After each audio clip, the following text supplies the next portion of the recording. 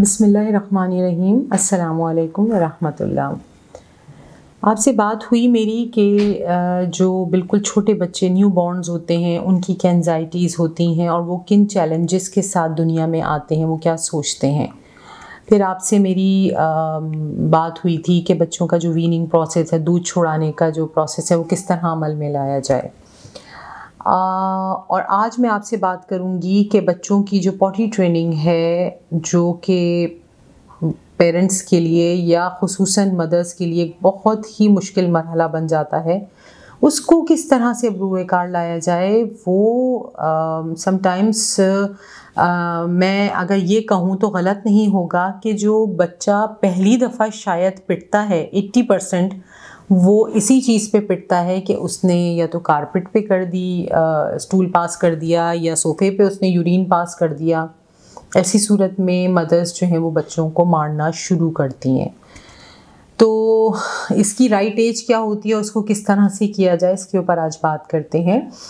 देखिए, इसकी right as जो है वो 2 से 3 साल के दरमियान, समटाइम्स ये कुछ बच्चे ज़्यादा टाइम लेते हैं तो वो 3.5 साल या 4 साल तक भी खींच लेते हैं। अदरवाइज़ 2 से 3 साल की उम्र में बच्चों का जो ये ट्रेनिंग है ये हो जानी चाहिए।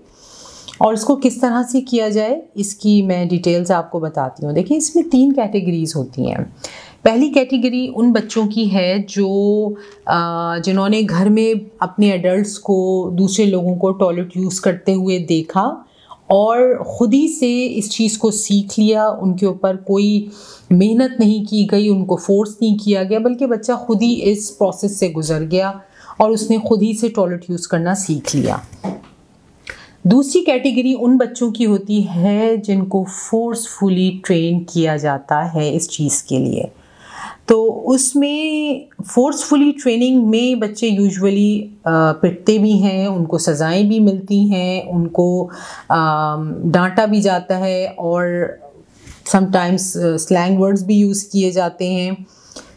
उसकी वजह क्या होती है, ज़रा एक लम्हे को ख़ुद से ये सवाल करें। क्या बच्चा तो ज़ाहिर एक ट्रेनिंग स्टेज पे है, उसको तो अभी नहीं पता कि मैंने क्या कर दिया जिसकी वजह से मेरी माँ मुझे इतना डांट रही है या मार रही है।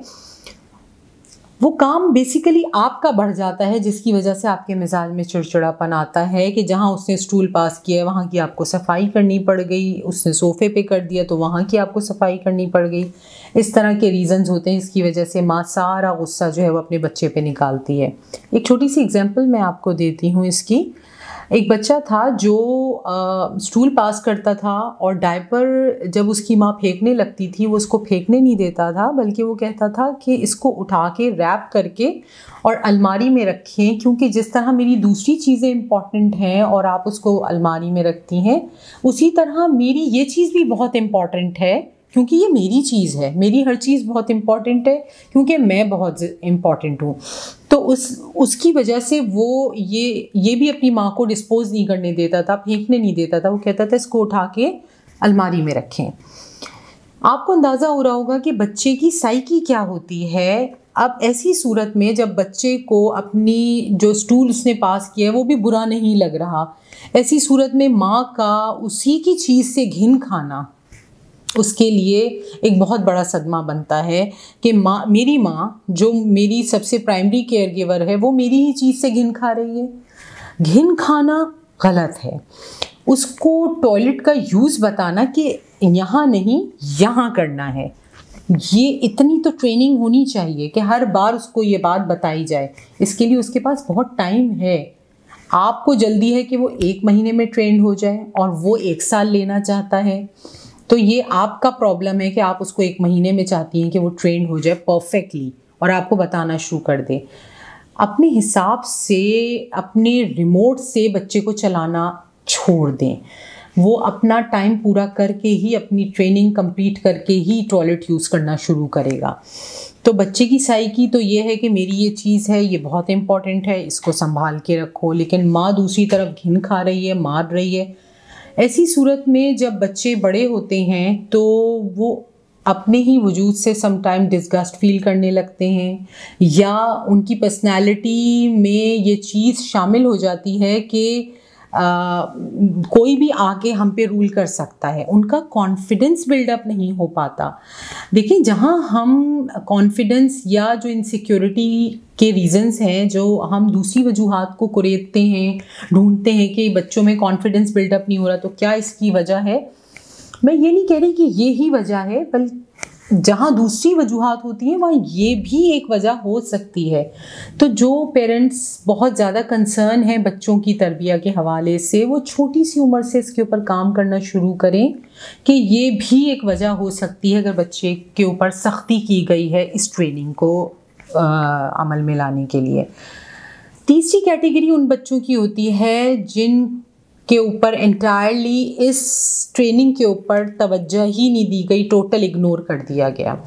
इसमें दो क्लास हो सकती हैं। तो बहुत ही कोई अपर क्लास जिसमें कि बच्चे को यूजुअली मेड्स देखती हैं और उनके लिए पैम्पर्स या डायपर्स की जो अफोर्डेबिलिटी है वो इतनी बड़ा इशू नहीं होता, तो वो उन बच्चों की ट्रेनिंग ज़रा देर से होती है। और दूसरी क्लास उन बच्चों की होती है जो बिल्कुल ही लोअर क्लास में आते हैं कि जिनके लिए अगर बच्चा कहीं पे स्टूल पास कर भी दे या यूरिन पास कर दे तो वो उन्हीं कपड़ों में फिरता रहे, कोई बिग डील नहीं। ऐसे बच्चे जब एडल्ट एज में पहुंचते हैं तो यूजुअली जो उनकी पर्सनालिटी होती है वो बहुत मिसमैनेज, डिसऑर्गेनाइज, उनकी लाइफ में एक बेतरतीबी सी होती है, वो साफ़ सुथरा रहना पसंद नहीं करते, उनकी चीज़ें यूजुअली मैसी होती हैं, कमरा बिखरा हुआ है, क्लोजेट साफ़ नहीं है, किताबें बिखरी पड़ी हैं, उनको साफ़ रहना ही अच्छा नहीं लगता। तो ये उनका एडल्ट बिहेवियर है। ये कुछ तफसील थी जो मैं आपको बताना चाहती थी कि इस ट्रेनिंग को किस तरह से किया जाए और सख्ती और इसमें सज़ाएं, मारना पीटना, खुसूसन माँ का घिन खाना, छी गंदा है ये, ऐसा बिल्कुल नहीं करना चाहिए। इससे बच्चा अपने आप से घिन खाने लगता है और उसके लिए ये सदमा बन जाता है। इस चीज़ से बहुत सख्ती से गुरेज किया जाए। इंशाल्लाह बहुत जल्द आपसे दोबारा बात करूँगी किसी नए मौजू के साथ। जज़ाकल्लाह।